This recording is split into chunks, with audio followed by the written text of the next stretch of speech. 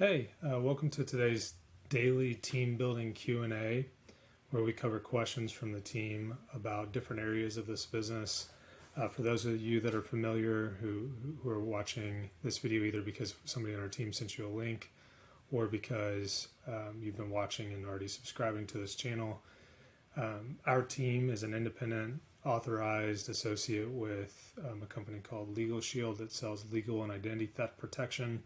We're also part of a larger organization within Legal Shield, a larger independent associate group of other business owners like ourselves called Success Team. So we have some resources through that team that we're going to be going over today in context of today's question. But our smaller team, we're all kind of dedicated to the same purpose, which is increasing access to justice and making sure people have access to these services. And one of the ways we do that is through something called resume recruiting. And what that is one of the ways we build up our team. We get more associates authorized to be independent associates with Legal Shield throughout the country and help distribute these products to more people around the country.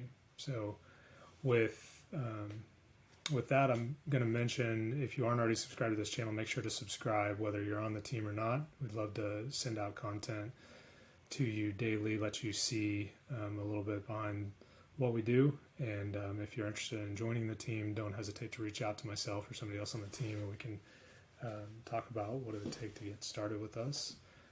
It is a business you can do fully remote, and you are an independent associate, so you own your business, you own the product of your work, and it's up to you how much you want to do with it. It could be a part-time side hustle all the way on up to making a very large income like a handful of people with the company do. But with that, we'll dive into the topic for today. So this one's really exciting. We've actually got an associate who got started in resume recruiting here recently.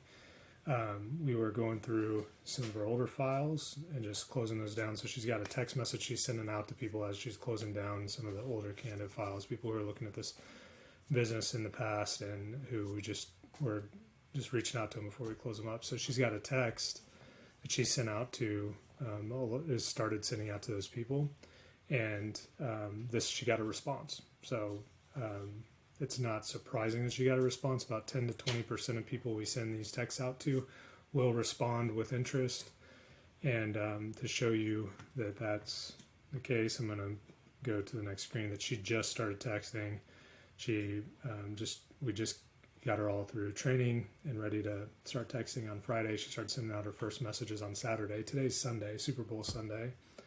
And we are, she's asked me how to respond to this person, like what to say next, what to do next with this. So she sent out the basic first text that we send with this type of lead. And she said, sure, I might be in, or the lead responded, sure, I might be interested. So we're going to go over what to do next. Now, as I mentioned, I wanted to show you kind of some proof.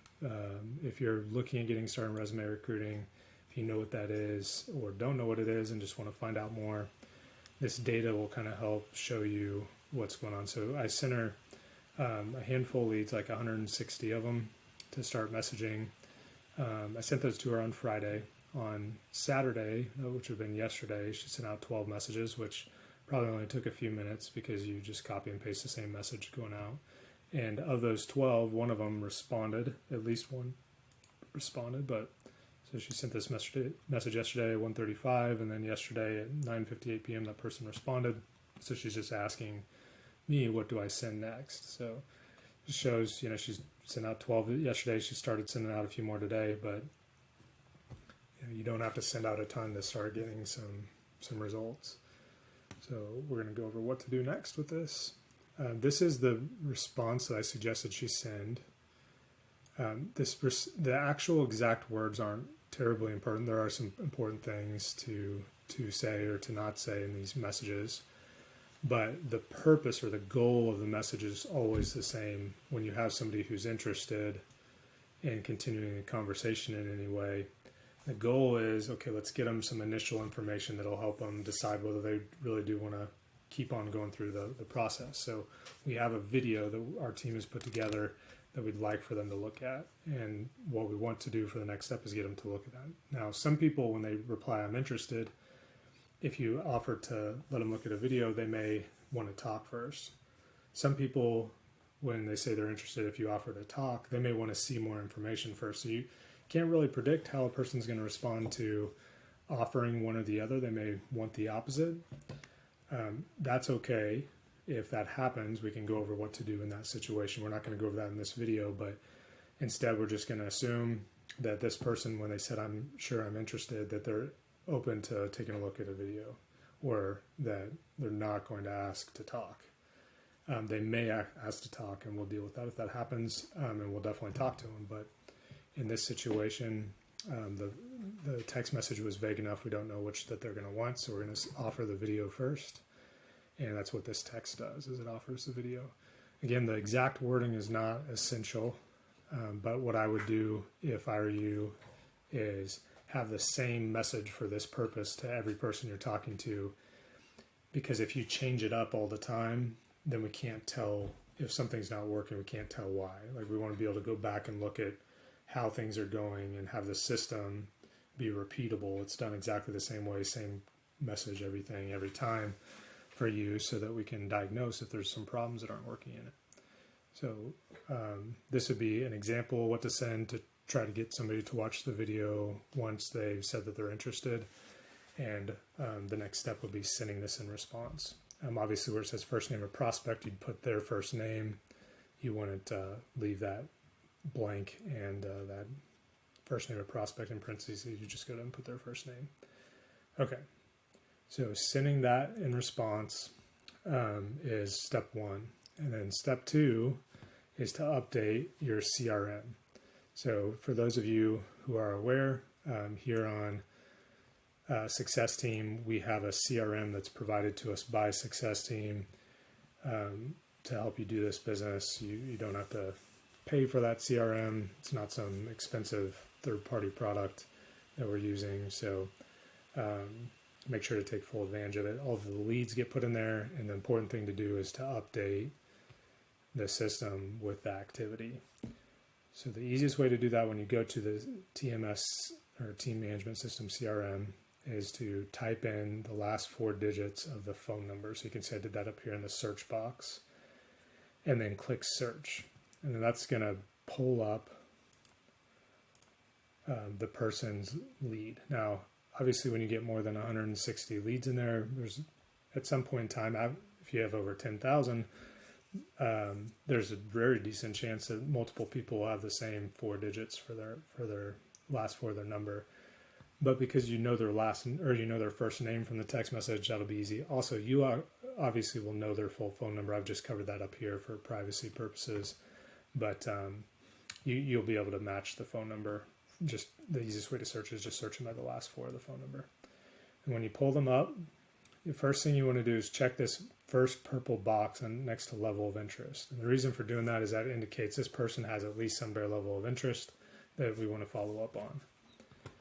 I wouldn't mark multiple boxes. I want to try to assess like how interested they are based on that one text. I think we'll let what happens next determine whether you want to mark more boxes. The next thing you do on this page is change where it says lead in the second red box. You click that drop down and change it to say evaluation. And I'll show you that on the next screen here. So here I've checked that box and I've changed it to evaluation. And then you want to scroll down. When you scroll down, there's another box here where you want to type in a little bit or copy and paste the conversation so that you know what activities actually occurred. So in this situation, we put what Matt replied, and then we put what we replied to Matt. We just copied those in there, and then you click on Save Changes. And when you click on Save Changes, that's going to update the activity record that's below that box so that anytime you come back to this particular prospect's card or information in our system, you can actually see exactly what all has happened. So you have the original sent text message to this individual, and then his response and our response to him, and that we've changed the status from lead to evaluation in the system. That way it's easier to follow up with. For those of you who don't know, a lead is just somebody who we have their contact information. Evaluation is somebody who we've contacted and they've interacted with us. So they're in some way evaluating this. Now, obviously, if they interact in the negative, they say, I don't want any more information, I'm not interested, you would just change them to inactive instead of evaluation on that previous screen. Show you where that's at real quick. Go back to it. Where it says evaluation right there, one of the drop-down options is inactive. So that's another option. But you don't want to do that with anybody who has expressed any kind of interest or even asked a question. If somebody says, what is it? I'm going to change them to evaluation. If somebody says, my name is Charles, I'm going to change them to evaluation, because I don't want them to be sitting in that active leads category anymore once they start interacting with us. You can note that in the activity, and then, how we go about following up and following through with that person from that point will be different, obviously, based on the response. But the bottom line is, if they start interacting, you don't want them sitting in the active leads category, because that suggests they've never contacted us back since we've reached out to them most recent. So that's the system. That's like how you want to update the system. But remember, all this just goes back to that very first message. We sent a message to this individual, and then this individual said that they would, potentially be interested. So what we're doing is getting them to take a look at a video, and once they've watched that video and click on a purple button says I'm ready for additional information, that really starts the process of getting somebody to potentially join your team and be a part of this with their own home-based independent Legal Shield associate business. I hope this video is really helpful to you. This is an exciting time for the associate who sent out our first round of messages, and within the first 12 has somebody that's interested and potentially going to look at joining the team. It may not always be the first 12, it might be 20 or 30, but usually that first day of texting, you're going to get some responses unless you only text a few people. For me, it might take an hour to text 100 people, because I'm just copying and pasting the exact same message other than their name and updating the system with the message. So hopefully this video is helpful. Really look forward to continuing to do this. Reminder to make sure to hit that subscribe button. And also, if you can, click on the bell. That'll give you alerts whenever there's new videos like this. We always try to put the full name or a very good description in the title of what the video is about, so that you can evaluate whether it's something you want to take a look at to help you in your business as you're getting started, or wherever you're at in whatever stage of it. It's not all videos are going to be relevant to everybody in our business, but there's always going to be something relevant at some point in time throughout, I'd say, a week, no matter what area of the business you're focusing on. So make sure to subscribe and hit the bell, and we'll see you in the next video.